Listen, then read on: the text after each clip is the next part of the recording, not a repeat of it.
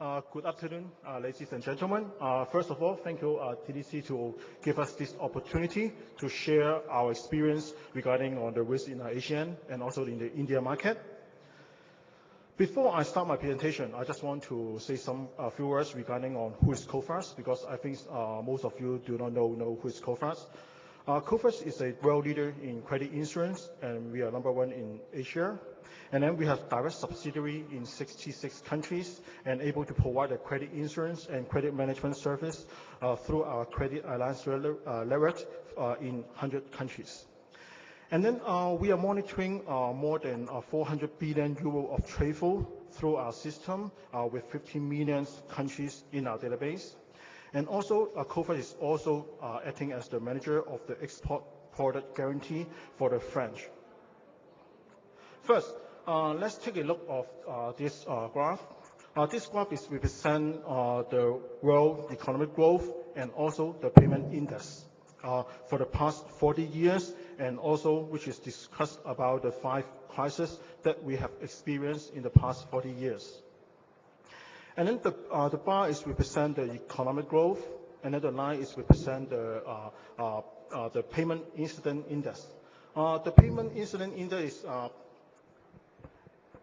is described about the long payment, any default payment within that period. One conclusion we can draw on this graph is regarding on when we know that the economy is growth, then the payment incident will be very low. In other way, if the economy is going down, the long payment index will be going very quick. Let's take a look on the some example. For example, in 2009, that we just experienced the financial crisis. We have experienced the first negative growth in our history. And we can see that, the long payment index also have reported a historical high in 2009. That means that at that moment, all over the world, the economy is very poor, and then we have experienced a lot of long payment default, bad debt in the market.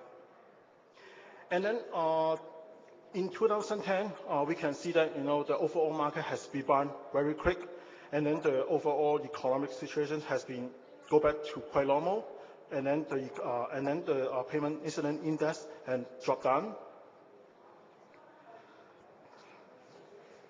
As just say, in 2010, it was a very good year for rebound, and then for the 2010, the overall economic growth is reported at 4.3%.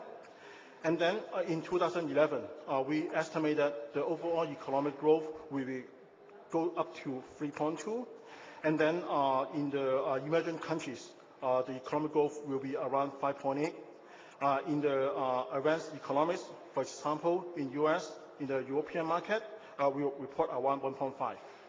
And then for the next years, we will think that, this will not have much deteriorating. And then for the economic growth will be around 3.2 for worldwide. And then in the emerging country will be around 5.6 and 1.7 in the advanced economies. That's one good news.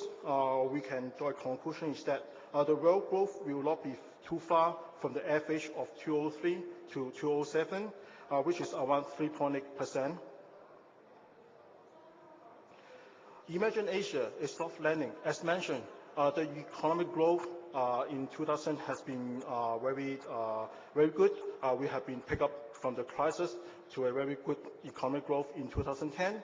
But in 2011, there's a lot of countries that withdraw the government support or very tightening on their monetary policy. So we can see that the overall economics have been slowed down. And then in 2012, we also expect that the economy will still very slow, but will not be deteriorate very quickly. So that's why we say there's a soft landing in the emerging Asia's economic situation. And country risk, because on the next few slides, I will also discuss some countries, and then this country risk is what COFAS Group is doing regularly, which is to monitor different view regarding on the countries, sector, and also the business climate. For the country risk assessment, the risk assessment is to derive the average risk of a payment default by companies in the given countries. When we conduct this assessment, we will combine the economic and political prospects of the country together with our own experience on the long payment situation of that countries, and also the business climate assessment. For this rating, it has 7 different levels from A1 to D. A1 means the long payment situation in this country is very low, and then if the country is rated at D, that means that this country has a very poor payment record. If you're doing business with this country, you have a very high chance to experience some long payments. And then for the business climate assessment, this assessment is to assess the overall business environment and more precisely whether the corporate information is available or those information is reliable. And also whether the legal system provide fair and efficiency creditor protection. Same as the country risk, there's 7 different levels from A1 to D. A1, as usual, is the best rating, and then the D means this country has a very poor information availability, and also the reliability is also very low. So let's take a look on the first country, but I will not go to very detailed, but we'll just say a few words. Singapore, the country rating is A1, and no surprise, because Singapore is the faster recovered country after the crisis. And then according to our experience, Singapore has thanks to the recovery of the international trade and also the expansionary policy to spur the domestic demand. And then refer to our default payment index. Singapore has dropped to its lowest level in 2011. In other words, the long payment situation in Singapore is very low. And then for Malaysia, more or less same as Singapore. The country rating is A2, is still in a very good rating. And then Malaysia has a very strong rebound on its economic growth, and thanks to its dynamic demand and recovery on the exporting.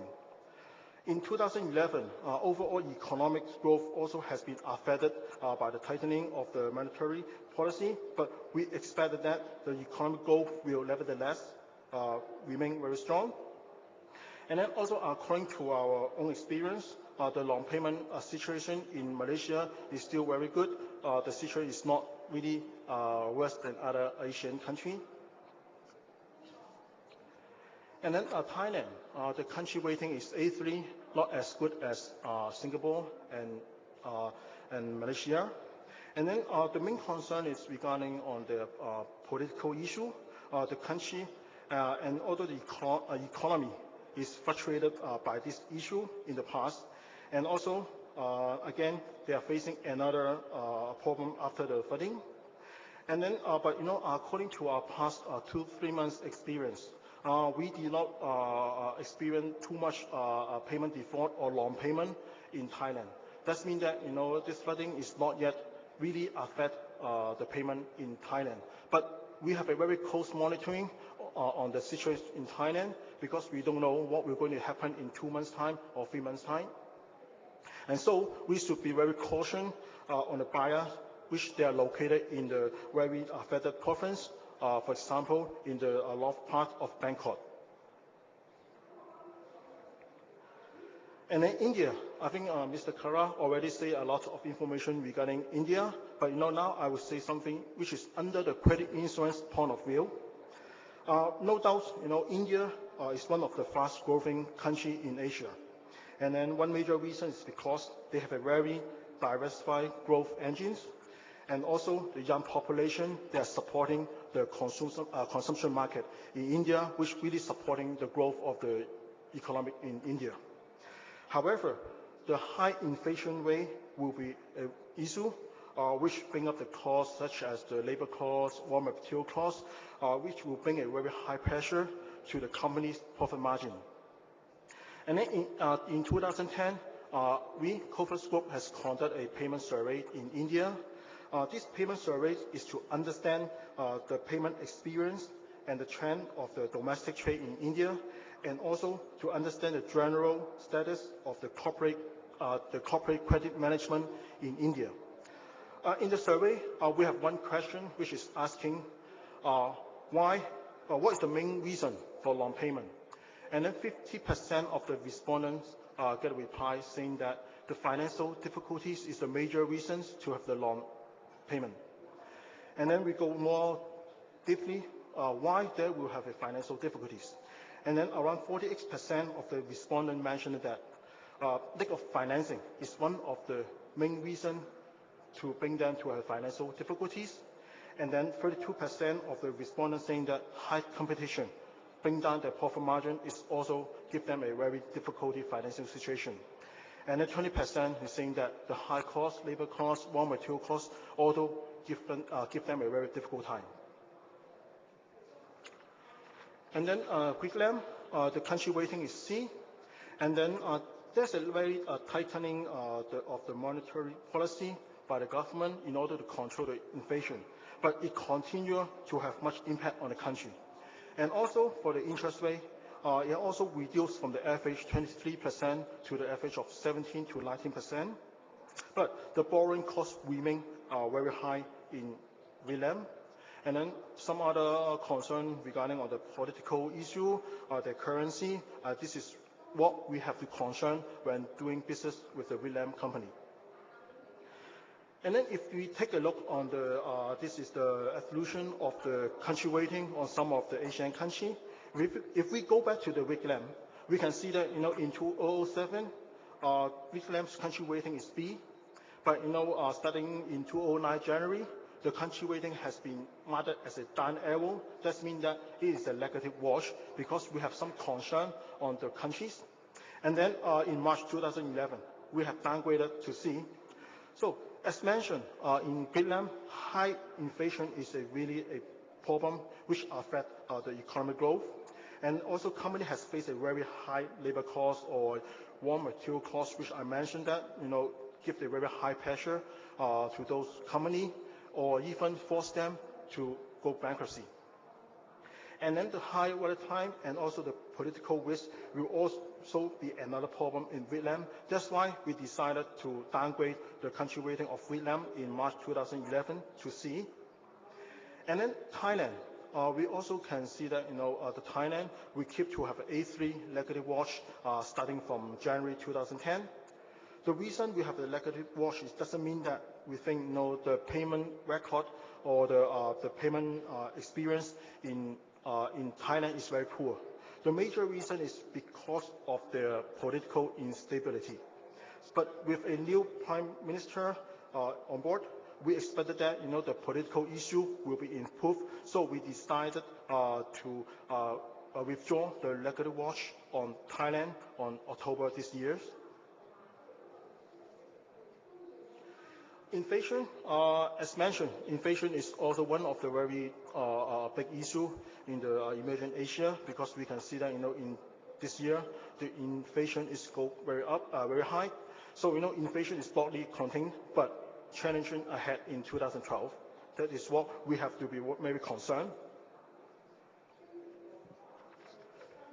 And then this one is the payment index. On the left graph, we are comparing the Hong Kong, Taiwan, Singapore, and South Korea to the world average. It means that when we see the line is going very high, that means that that country or that period, the long payment is very high. There's a lot of long payment default, bad debt exists on that area. So if we compare this graph, we can see that Hong Kong, Taiwan, Singapore, and South Korea, we are doing much better than the world average. That means that the long payment situation in these few countries is doing much better in the rest of the world. And the same as the other Asian country, Thailand, Malaysia, Indonesia, Philippines, and India, the overall situation is doing much better than the world average.